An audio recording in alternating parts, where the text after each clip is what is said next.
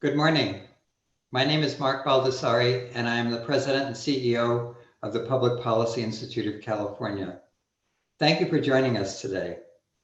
PPIC is pleased to present this virtual program with California Secretary of State Alex Padilla. This event is part of PPIC's 2020 Speaker Series on California's future. We would like to thank the sponsors of this series for their support. These organizations are listed on your screen and on our website. This series is also funded by the PPIC Donor Circle and the PPIC Corporate Circle, groups of individuals and organizations that provide generous support to PPIC. Before we begin, if you have a question for Secretary Padilla, and I know that some of you already have had questions because we've received them, please send an email to the email address on the screen, ppiceventquestions@gmail.com. We would appreciate any questions that you might have. And when you send a question, please include your name and organization along with your question. We'll try to include as many as we can in the course of the program or afterwards. Now for today's program. It comes at a time of unprecedented challenges for the state and the nation. We look to our elected officials for their guidance and their leadership. That is why I am so pleased to introduce our speaker today. Alex Padilla was sworn in as California Secretary of State in January 2015. Before this statewide office, he served as in the California State Senate representing the San Fernando Valley, and before that, he served on the Los Angeles City Council. Thank you for being here today, Secretary Padilla. So thank you, Mark. It's not our first PPIC event, our first virtual event, but thanks for having me back and all that PPIC does to advance timely and obviously very, very important conversations for California. Thank you for joining us. I look forward to the conversation with you. So our first question, California and the nation are confronting civil unrest amid a public health and economic crisis. What are the one or two most important ways that state and local leaders can work together to address these current challenges? Wow, we only have an hour. a lot of material to cover. Yeah. But I appreciate the question. As I just mentioned, PPIC is always very timely and always very much on point. And I think this is one of those moments in our nation's history, while what has inspired the demonstrations and protests and other events around the country was a singular event in Minneapolis. Clearly, it was indicative of a lot that's happening around the country and a lot that has been happening for too long around the country. So I guess if it's the first thing I would suggest to my colleagues and my peers is, we shouldn't deny it. We should accept the truth, accept reality, as hard as it may be sometimes. And we can't begin to undress it unless or until we're leaning into it together. I know it's because of the tensions or maybe the different points of view, whether it's what happened to George Floyd in Minneapolis or more broad discussions of discrimination, systemic and otherwise in our country. It's uncomfortable for a lot of people, including some policymakers, but that's why we haven't made the progress that we need to make. Now is the time to lean in, as I mentioned, and not let maybe a political agenda or self-interest get in the way of doing what's right. There's a lot of models out there. And we also, I think, need to be precise. That would be my second question. A lot of the conversations I've had this last week, start with what happened to George Floyd. And I harken back to my early days on the Los Angeles City Council, where post-Rodney King, post-OJ trial, and the wrongdoing that was uncovered at the Rampart Division specifically led to the Department of Justice and the city of Los Angeles entering into a federal consent decree to try to bring about reform and culture change in LAPD. We can have a very narrow, specific conversation about use of force, reforms, and culture change necessary in police departments around the country, or we can have broad conversations about systemic discrimination in housing, in employment, right? Income inequality is not immune or independent of some racial discriminatory dynamics in our country today and throughout the course of our history. Access to healthcare, climate change impacts, environmental justice, the criminal justice system more broadly, on and on and on.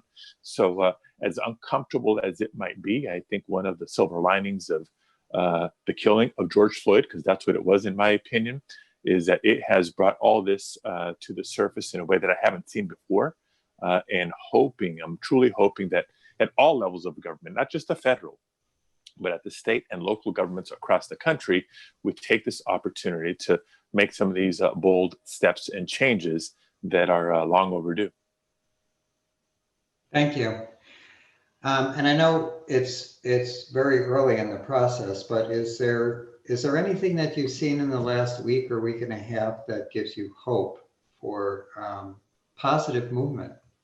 Yeah, actually, I think there's a couple of things.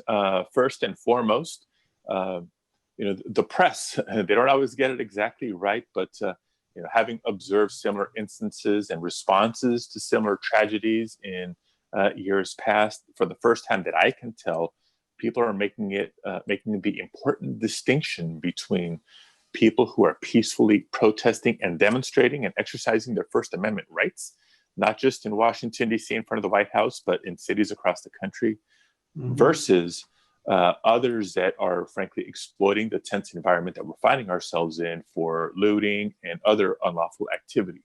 Two different crowds, right? The looting and that stuff does not help those that are carrying a righteous message and deserve to be heard. And so for all the reporters out there that have drawn that distinction, I appreciate it. I truly appreciate it, having been in some of these demonstrations when I was a little bit younger. That's number one. Number two, as I mentioned, the LAPD experience. LAPD is not perfect today. It is hopefully better than it was 20 years ago.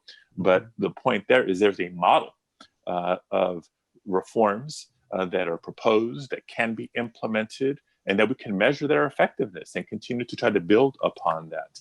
A couple of days ago, I was watching President Obama's address to young Black men and other communities of color, and frankly, the country, because a lot of people tuned in.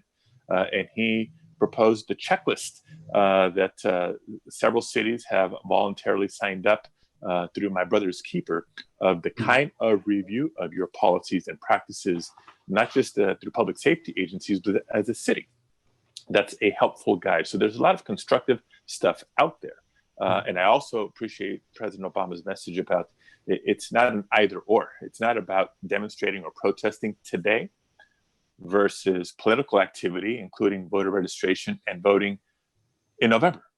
We have to do both. And that's ultimately how the most significant change and progress has been made throughout our nation's history. There's got to be that protest demonstration bringing about that uneasiness about uncomfortable, difficult subject matters that leads to the political pressure points that result through elections, changes in representation maybe, or at least changes in climate in the Congress, state houses, and local governments across the country. Thank you. Certainly, the horrific scenes of the death of George Floyd while in the hands of the police have had a dramatic impact on all of us, and led to the protests and the unrest that we've seen throughout the nation, and have raised issues about the police actions, and we've touched upon those already. I want to come back to a theme that you mentioned earlier about the fact that we have racial disparities in our country and in our state that involve the criminal justice system, as we've seen, but also health and education, housing, and economic well-being. You probably saw the surprising news that I saw this morning about the decline in the US jobless rate in May. And certainly for many Americans, that's good news. I read beyond the headlines though, and I saw in the reports that the unemployment rate for African Americans and Asian Americans actually increased. and that Latinos have much higher rates of unemployment than any other racial and ethnic group at this point. Even though those rates have decreased somewhat, they're still considerably higher, much higher than whites. So when we think about the racial disparities that are part of the fabric and are part of now of the experience that people are facing with the pandemic crisis, what do you think are some of the opportunities and challenges for advancing racial equity in California today? Yeah, no, again, big question, and we have less than an hour. So, but let's get started and continue it going forward. First, a note about economics and statistics. All right, those who may remember their high school economics class, and I took a few courses in college myself. We know that the unemployment rate is a measure of folks that are unemployed that are actively seeking employment. Right. For all those folks, regardless of race or ethnicity, that have given up, they're not included or factored into these statistics. So it's a helpful guide, but not always an exact or precise percentage point. But to your point about the disparity, we have the overall number, but if you break it down amongst Blacks, Latinos, Asians, whites, Native Americans, etc., it paints a different picture. And we can paint a different picture, maybe state by state or sector by sector as well. And I think therein lies the rub. You know, why is it that communities of color are disproportionately in the types of jobs where they have been laid off, or maybe in the types of jobs where they're considered frontline workers and have to be on the front lines during this pandemic and don't enjoy the luxury of being able to work from home as much, right? It's a intentional or otherwise. The result is communities of color are more at risk because of the COVID-19 pandemic due to that exposure. And if you layer on top of that access to healthcare, you know,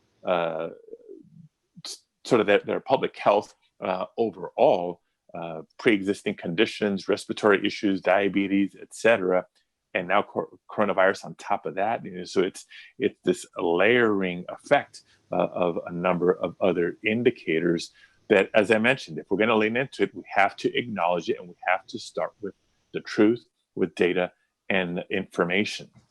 You know, it's some of the people that may be watching might have heard some of my presentations over recent years about the need to create a more inclusive democracy in California. You know, when I came in as Secretary of State, we talked about increasing the voter registration rate, increasing turnout rates. And I always try to make it a point to say that it's not just about the numbers. Yes, we've gone from 17.2 million voters on the rolls to 20.7 and growing. You know, we've increased turnout rates in 2016, 2018, 2020 for their elections respectively.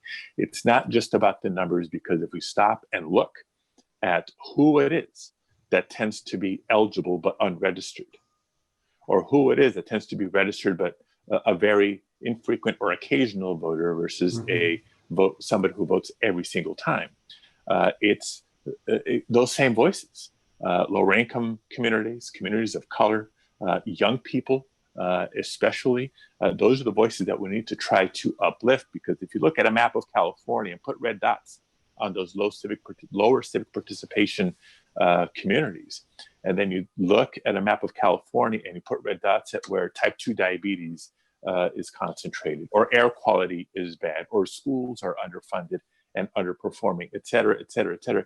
It's this compound effect of those very same communities. So just registering to vote and voting in and of itself is not the policy solution.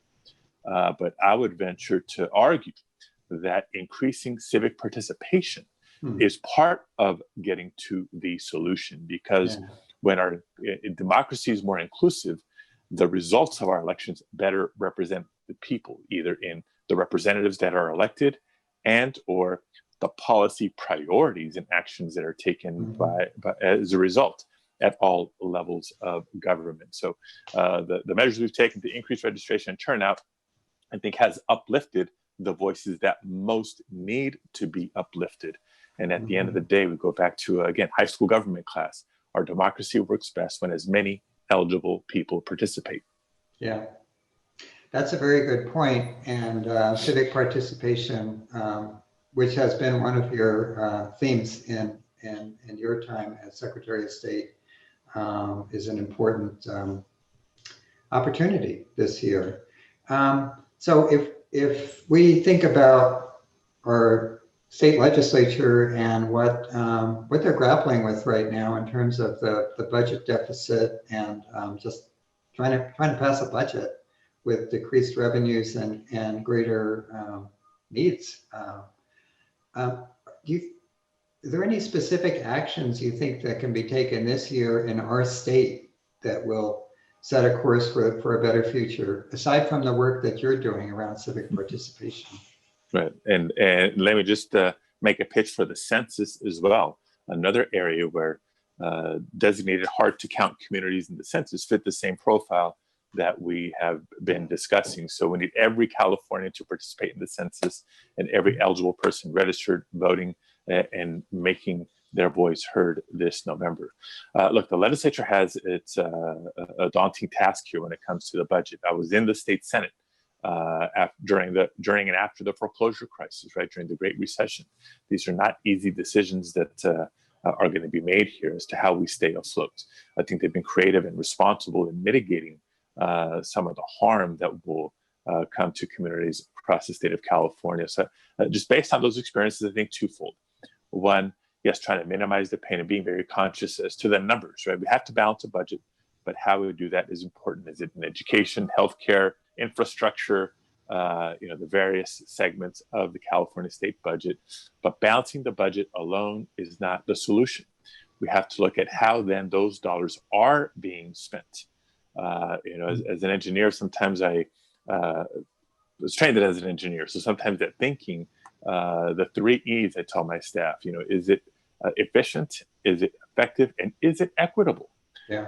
I remember in again, during the Great Recession, trying to build out of it, when Governor Brown was there, when it came to education funding, he signed into law some important reforms that gave extra funding within the balanced budgets, but some extra funding for schools and some reforms for school districts and schools that had higher concentrations, for example, of lower income families, and or English language learners, right? So it's not just balancing the budget and education versus healthcare, et cetera, but we got to get into the details of how specifically those dollars are being spent and reforming those funding formulas to address the inequities that we have lived with for far too long.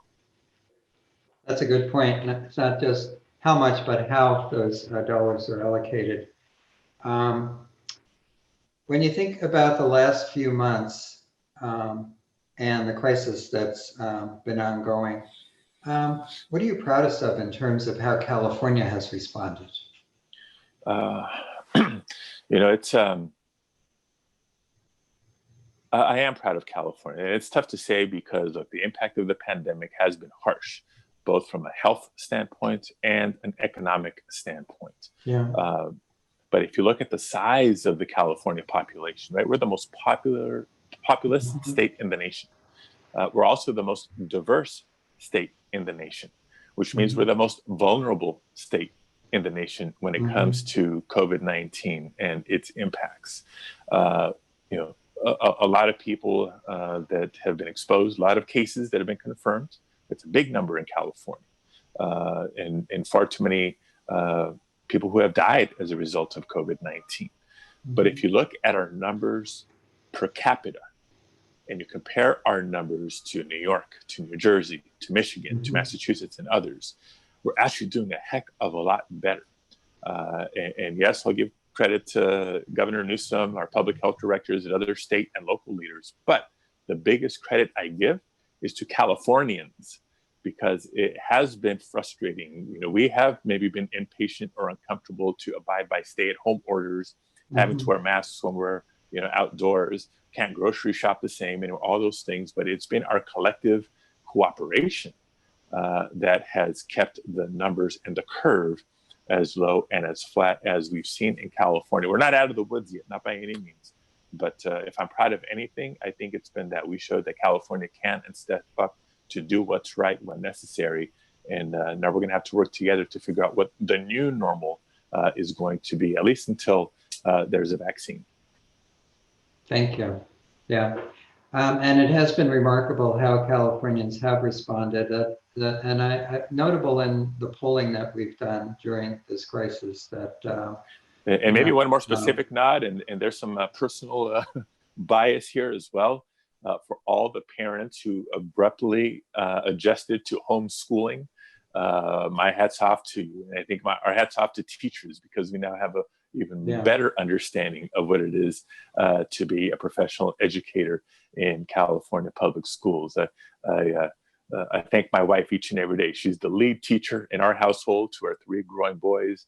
I'm the occasional tutor, TA, and principal when one of them doesn't want to get their homework done. But to all the parents who adjusted, I know it hasn't been easy, because we can relate. But there's been another silver lining in all this. Yeah. What's it been like for you? What's it like being a public servant when you're dealing with shelter in place and you've got the work-family balance that you're trying to maintain, and you're trying to represent the state and statewide offices, and as a statewide officer, and and you don't have the usual tools of meeting with people personally. Yeah. What's it like? It's if I had to pick just one word, I'd say stressful. Honestly, it's been a flurry of emotions. Because look, on the one hand, we're keeping life in perspective and counting our blessings. We're all safe and healthy here at home. I'm blessed. I'm fortunate that I can do most of my work from home as well, via Zoom, via conference call, via email, etc. I've only been out a few times since March 13th. But at the same time, I feel like I'm busier than I've ever been. I think in part because of these added challenges. Right? Life was busy before COVID-19, and we were getting ready for a big 2020, between the most consequential election of our lifetime, the census, which is a huge task, and between COVID and the events of this last week. Now, on top of all that, it's been busy, and especially the events of this last week. I got to tell you, processing all that. What is my role as not just a Secretary of State, but as a elected official, a political leader in the state of California? What is my role as a husband, as a father? I mentioned earlier my recollections of my time on the Los Angeles City Council and efforts to reform LAPD, which is a work in progress. There's been progress, but more needs to be done. And if I go further back, as a young man of color growing up in Los Angeles in the 1980s, so all this stuff, comes up as we have, broad and specific conversations, like, what happened in Minneapolis, to how do we make sure that people don't forget the importance of the November election for all the reasons prior to COVID, right? Comprehensive immigration reform, access to healthcare, gun safety, climate change, on and on and on. It's not an instead of, now it's an addition to. We see the contrast in leadership and response at various levels of government. So who will we choose to lead our state and our nation for the next 4 years? We're going to answer that question this November. The issues of not just, police departments, but systemic racism and inequities in our country. Who are we going to choose to lead our nation forward, and our states forward, and our communities forward for the next 4 years? We're going to answer those questions this November. And one very maybe tactical item to discuss is how California is preparing to administer the November elections, because accessibility continues to be important and a priority. Security continues to be important and a priority. But how do we do it in a way that's safe and healthy for voters and election workers alike? A lot to discuss. Yeah. And I do want to turn to the election. But first, let's talk about the census. The last time you and I got together was in Sacramento in early February, and we talked about the launch of the 2020 census. And you've often spoken about the importance of the census this year for California, its role in access to federal funds, representation in Congress. So how has the pandemic changed your thinking about the census, and our actions as we go through this year of asking as many Californians as possible to participate. Right. Well, I think that it's only become more important, and I hope clearer to everybody why census participation is more important. Quick recap for everybody here, right? Census, first of all, it's required by the Constitution that we administer a national population count, not a citizen count, not a voter count, a population count. Everybody needs to be counted in the census. It's what determines our level of representation in Congress. Right, so the size of the California congressional delegation hangs in the balance and will be determined by our level of census participation for the next 10 years. And of course, it determines federal funding for not just California and some account in Sacramento, but for each and every community for a number of things: healthcare, public health, education, infrastructure, housing, on and on and on. So some mixed news on response rates thus far.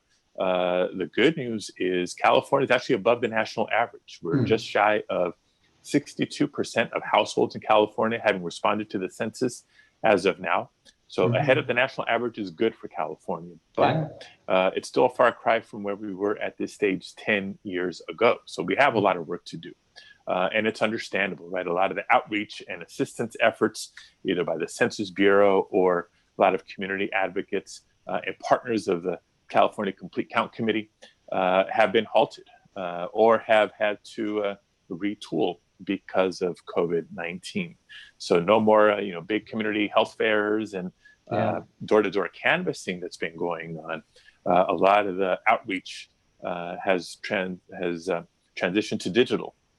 Whether it's phone banking, text banking, Zoom conferences. I've hosted a few, moderated one even, to continue to get the word out on census participation.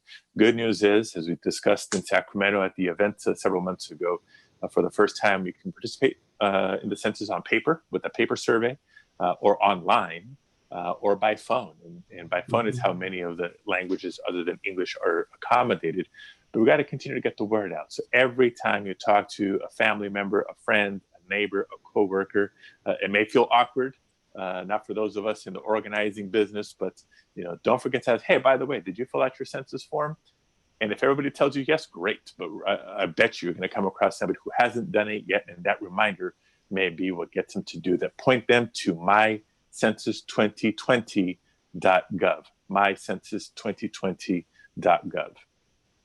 Okay, mycensus2020.gov. I'll keep that in mind.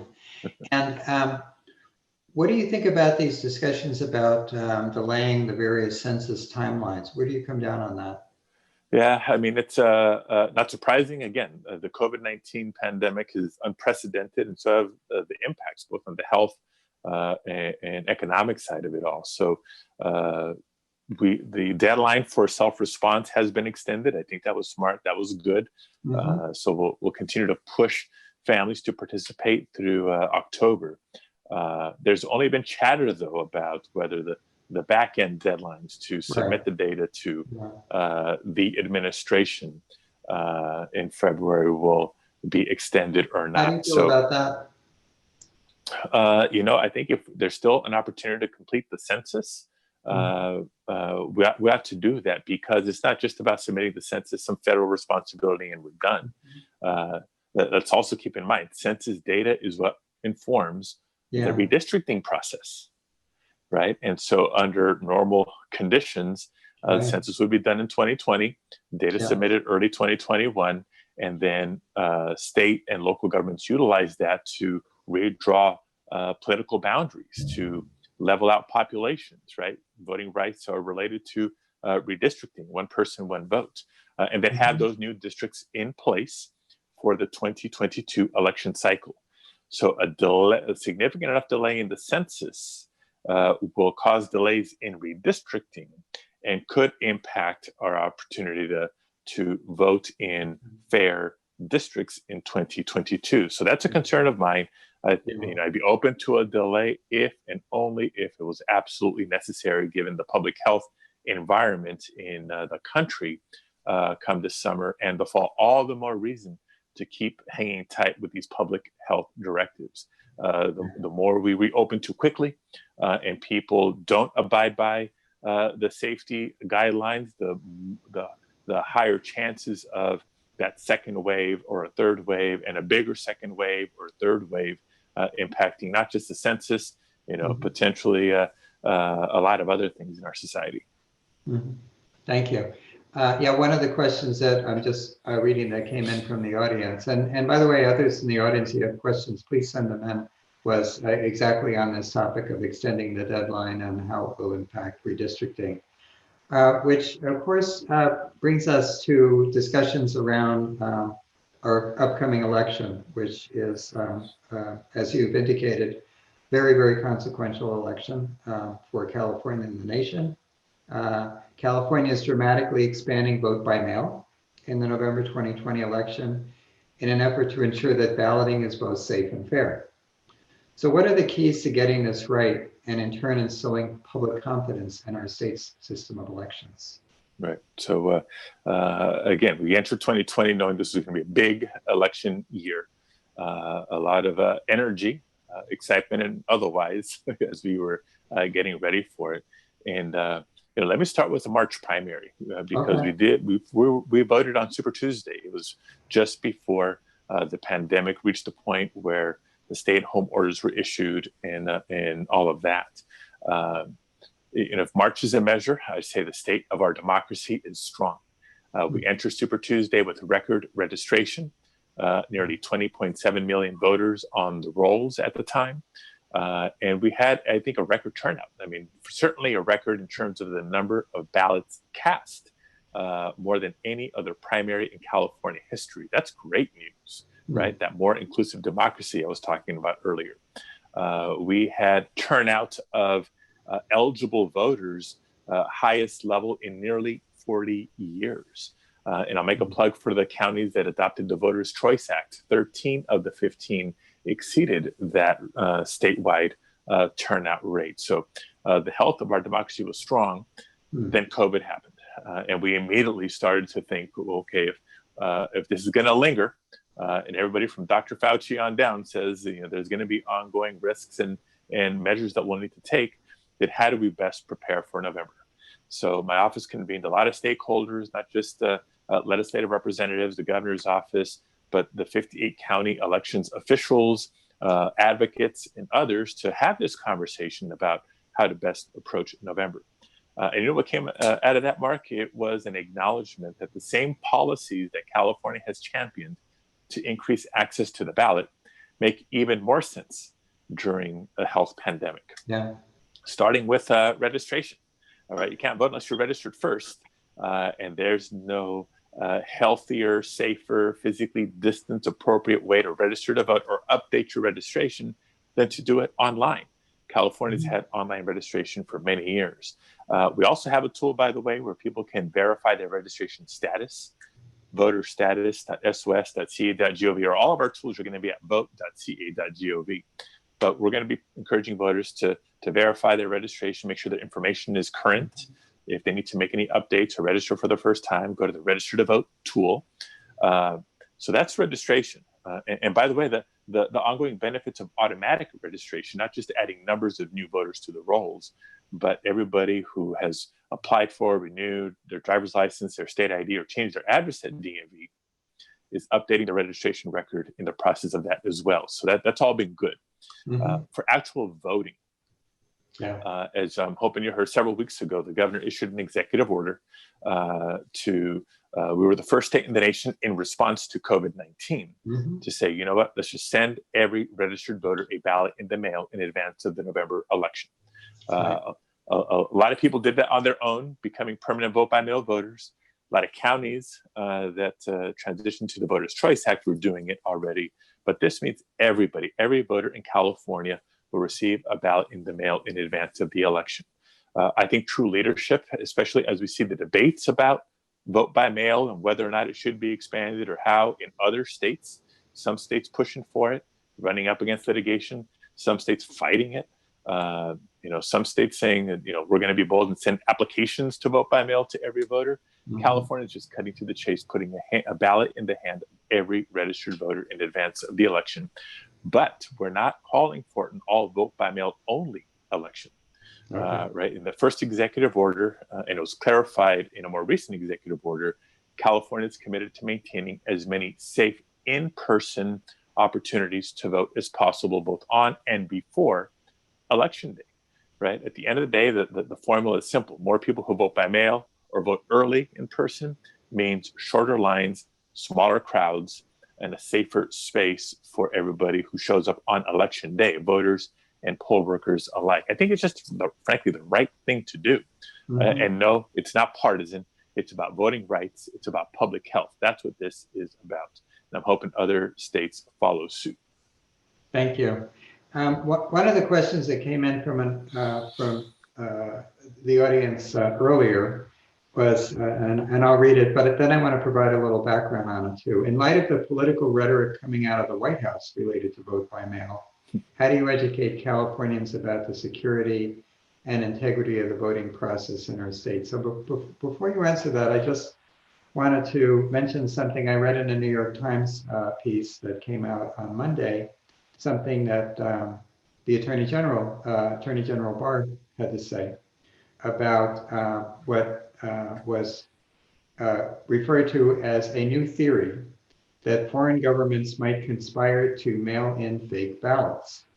So in this interview, it was said, "I haven't looked into that," he cautioned, offering no evidence to substantiate this was really possible. But he called it, quote, "one of those issues that I'm really worried about. We've been talking about how, in terms of foreign influence, there are a number of foreign countries that could easily make counterfeit ballots, put names on them, send them in, and that'd be very hard to sort out what's happening." So this gets at the heart of the question about, given the political rhetoric around vote by mail, how do you, as Secretary of State, educate Californians about the security and integrity of the voting process in our state, which is obviously a central aspect of our democracy?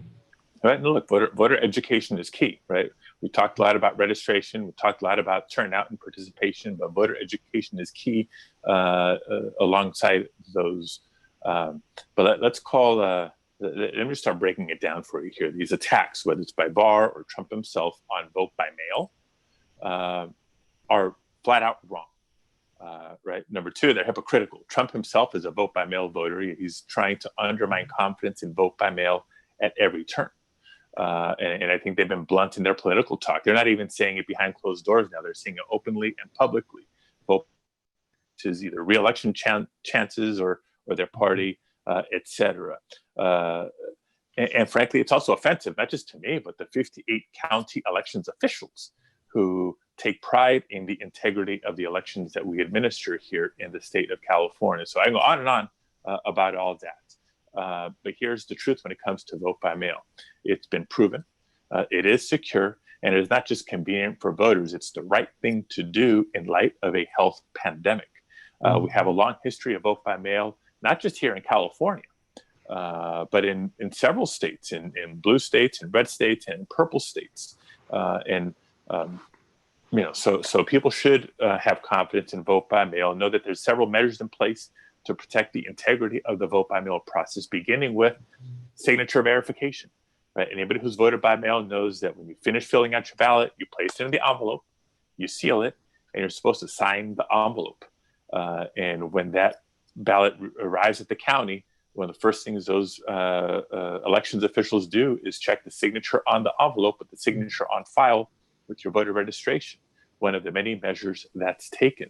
We're adding more to vote by mail to build public confidence in it this year. We recently launched a tool called Where's My Ballot? Very scientific, technical name, Where's My Ballot? It's voters can subscribe to get alerts on the status of their ballot when it's making its way from the county to the voter, and when it's making its way from the voter back to the county through the postal delivery process. And imagine this, Mark, getting a notification, again, by email, by text, or by phone call, that your ballot was received and that your ballot was counted. Talk about transparency, talk about peace of mind in knowing that your ballot is indeed accounted for. So again, we have a lot of experience with vote by mail. It's proven very, very successful.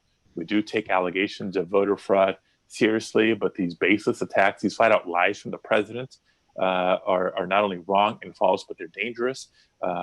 Personally, I think what he's doing is not just a political smear campaign against vote by mail. He's starting to sow doubt already about election results in November that he may not like. He did this in 2016. He's been doing it since. He's doing it again for this November. We can't fall for it. We're going to stay focused on delivering an accessible, secure, and safe election for voters in November and correct the record at every turn. And as you look towards the November election, what are you looking for in terms of the indicators in terms of when you will be confident that our election system is ready for this important election and this very unprecedented moment of engaging the public in elections? Right. Well, let me tell you, there's a deadline 29 days before Election Day when that's the latest day that vote by mail ballots will go out to every voter in the state. And even earlier than that, it's 45 days before the election that ballots go out to members of the military and other overseas voters. So it's coming up quick by when we need to be ready, but I think we're well on track. Again, the actions by the governor to send every voter a ballot in the mail in advance of the election. We're working hand in hand with every single county in the state to make sure they're ready, whether it's expanding their vote by mail capacity, right? Some counties have been at 70, 75, 80% vote by mail, if not more, and they're just closing that final gap. Other counties, some of the bigger counties where it's been more in the 50, 60% range that have to scale up. So whether that means staffing, equipment, et cetera, we're working with them to address those needs to be ready. But again, at the same time, for people who need an in-person option for accessibility reasons, for language assistance, replacement ballots, same-day registration, all these things, we have to work together to make sure that we provide as many of those in-person opportunities as possible in a safe manner. One of the specific challenges that counties are facing right now is the loss of polling locations and the loss of poll workers. Right? Think about some of the traditional polling places that people have really enjoyed and find charming, right? A neighbor's garage or maybe a nearby retirement home. Right. Those don't make sense for voting locations anymore. So not only do we have to find new locations, we need to find larger locations. Because 25, 30 voting booths side by side does not make sense anymore. Physical distancing in polling locations is going to require more square feet, for example. So if you or through your networks know of places that make for a smarter voting location this November, please let us know. Drop a line or an email to the Secretary of State's office and we'll connect folks at that particular county to assist them that way. And we can have all the locations that we love, but they're useless if we don't have the personnel to staff them. And as you can imagine, a lot of the seniors and retirees that have helped administer elections in years past are not going to be available this November. So that's ask number two. Through your networks, if you have friends and colleagues that are willing to help counties out through early voting, election day, maybe even a little bit afterwards, we need their help. We need to recruit a new generation of poll workers for November.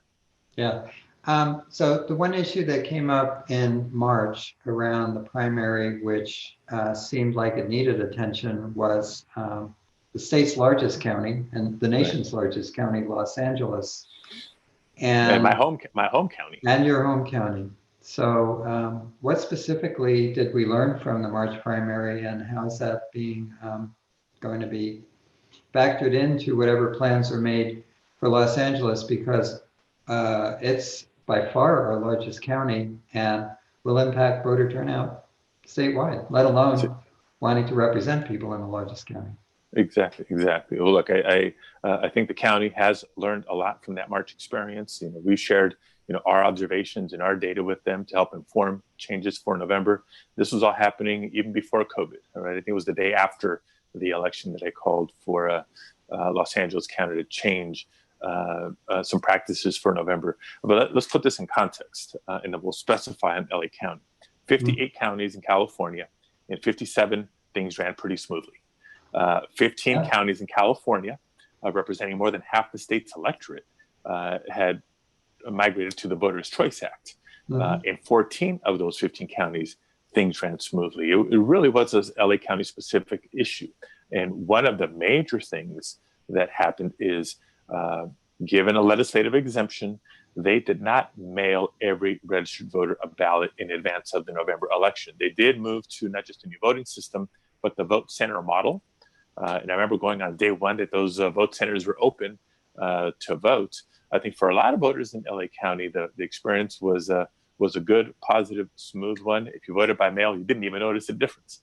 But for far too many people at far too many locations on election day, yes, there was whether it was technical issues, long lines, a combination of things that led to not very good experiences on election night. So I'd called for LA County to take that final step of sending every voter a ballot in the mail in advance of the November election.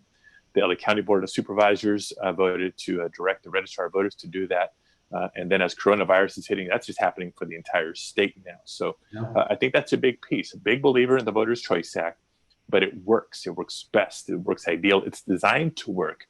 The combination of the vote center flexibility for voters coupled with the universal vote by mail opportunity. LA County did not do that in March, but will do that in November and going forward. Thank you. And we're at the portion of our program where we're going to ask our members of our audience to weigh in. And I'd start out with a comment more than a question from a viewer in Menlo Park who said, I just want to thank SOS Padilla for his hard work and ethical work in providing transparency in the electoral process in California. I think that's well put. Thank you. I appreciate that. It's important. Question from Monterey Park, California.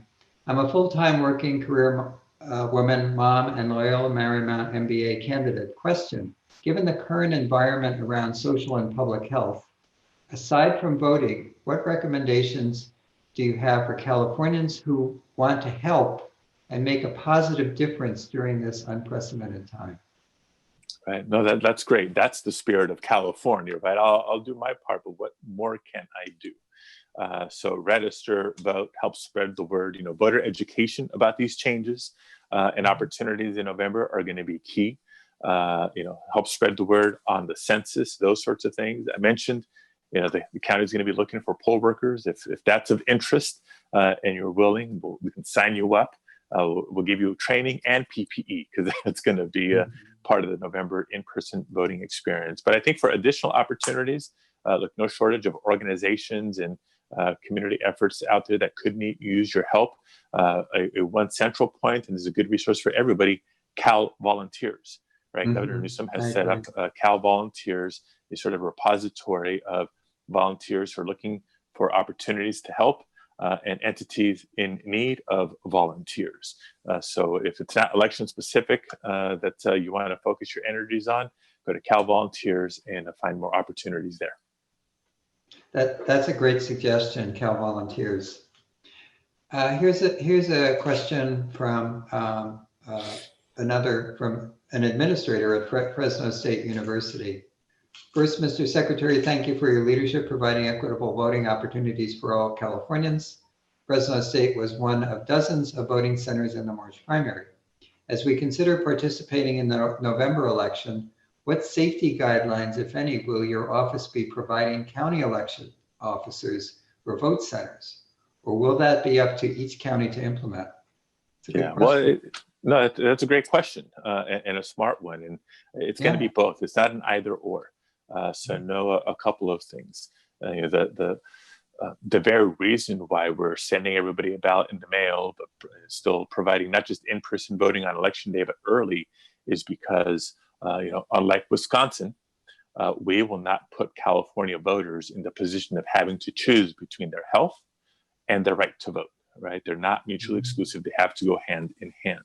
And so in addition to the vote by mail discussion, the increasing capacity, poll worker, all the things that I've been talking about on the election side, we've actually already begun discussions with the state's public health experts on what kind of guidelines or recommendations we'll be making to counties as they plan for the in-person voting experience. And it's not just here.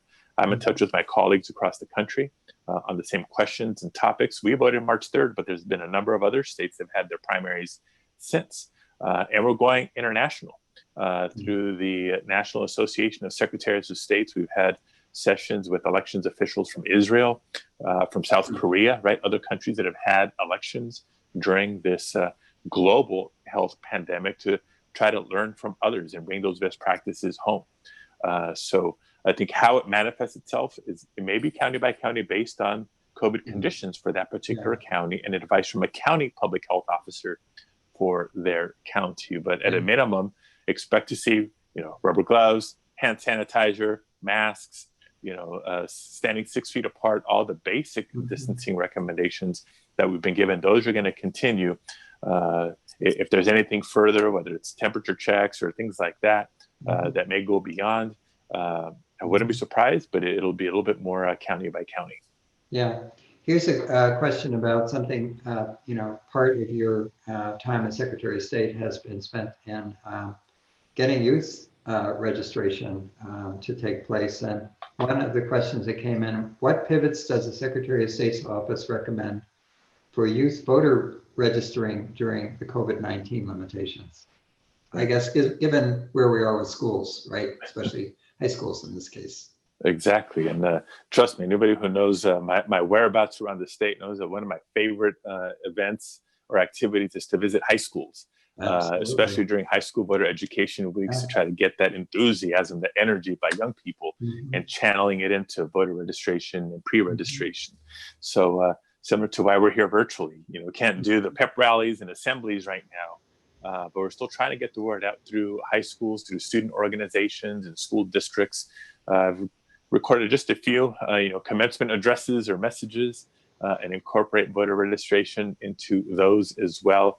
And all the tools are still available on our website, whether it's voter registration, voter pre-registration, right? California allows 16 and 17-year-olds to pre-register to vote. So they don't have to worry about it when they turn 18. And then the toolkits for organizing voter registration drives or frankly, just spreading the word. So the numbers continue. Even with the challenges, even with the adjustments and accommodations we're making for November, I'm still expecting pretty strong turnout, especially among young people. I mean, just turn on your television and see who it is that's out there exercising their First Amendment rights. It's a diverse crowd.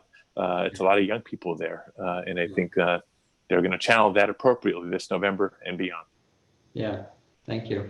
Here's another comment from one of our audience members.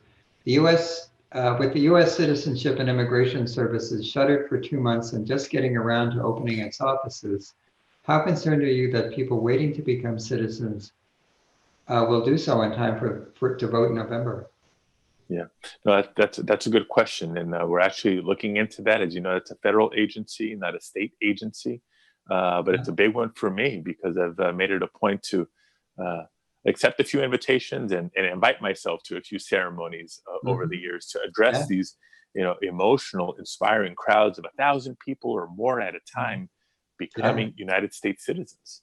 I've spoken at ceremonies in Sacramento and in Oakland, in San Diego, in Fresno. And beyond, and those are on hiatus. So, I think there are still a lot of naturalization being processed, just not the big public ceremonies.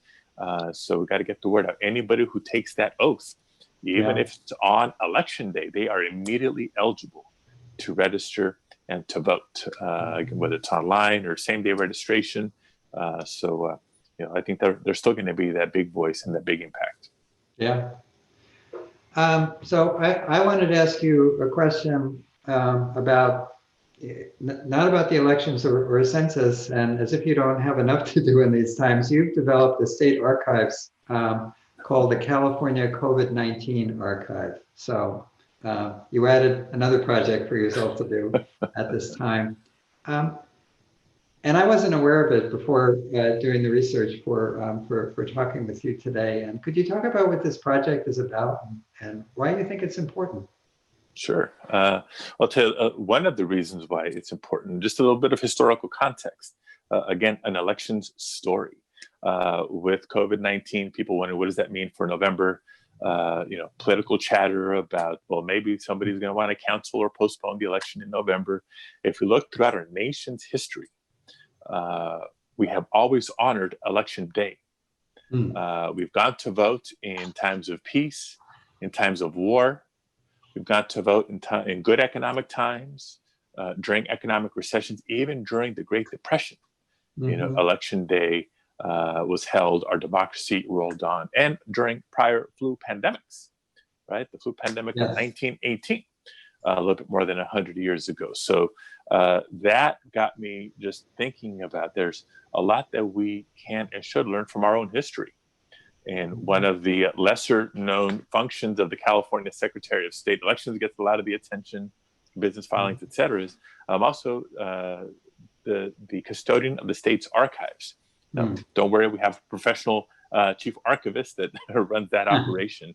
But one of the things that's helpful from not just a storytelling standpoint, but from a research standpoint and future policymaking standpoint, is to capture this experience much in the way that the experiences were captured during prior similar pandemics. So we're inviting Californians to share their stories with us.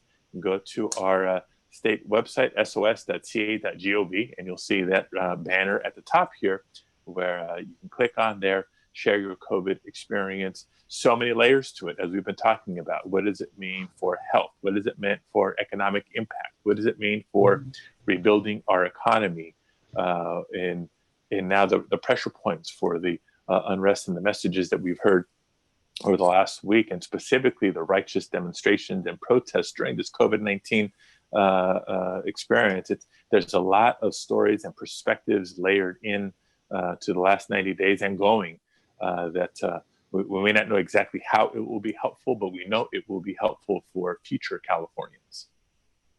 That's really interesting, and I hadn't heard about that before. And I'm looking forward to seeing what types of entries there are and what we can learn from it. I really appreciate the time today, and I wanted to close by asking you, amid the tremendous challenges facing the state, even during what might be the darkest moments for us at times, what fills you with hope?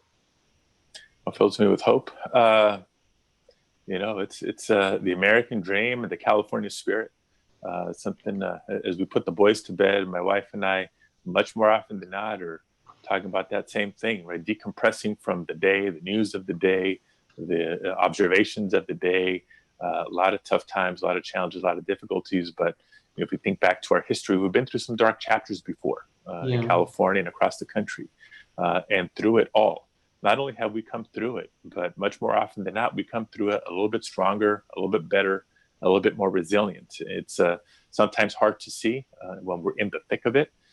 We do have to keep that hope alive and then ask ourselves, what can we do to contribute towards that, coming out of it a little bit better, a little bit stronger, a little bit more resilient. We talk about some of the actions that are coming as a result of George Floyd's killing and the demonstrations and protests, right? Just yesterday, the city of Minneapolis is changing their use of force policies. Just one city, but a significant one, more than just symbolic. If we can ask ourselves that same question to address all the issues that have come up in this last hour, not just police departments, but equity in education, in access to healthcare, in jobs and economic opportunity, and on and on and on. We can and we will make progress. And one of the ways to ensure it is by making sure our voice is heard this November. And one of the things that fills me with hope, I'm going to add this conversation to it, because this conversation also filled me with hope today, Secretary Padilla. Good. And I'd like to thank Secretary Padilla for taking the time to join us today. And I'd like to thank our sponsors and for all of you who've joined us online today. Later today, you'll receive a survey, and we hope you'll take a couple of minutes just to let us know how we did. Our next virtual speaker series event is on June 19th, 2 weeks from today, same time, 11 o'clock, with Mayor Darrell Steinberg and Supervisor Mark Ridley Thomas for a discussion on homelessness. Thank you again for joining us today, and please be safe and have a good afternoon. Thank you.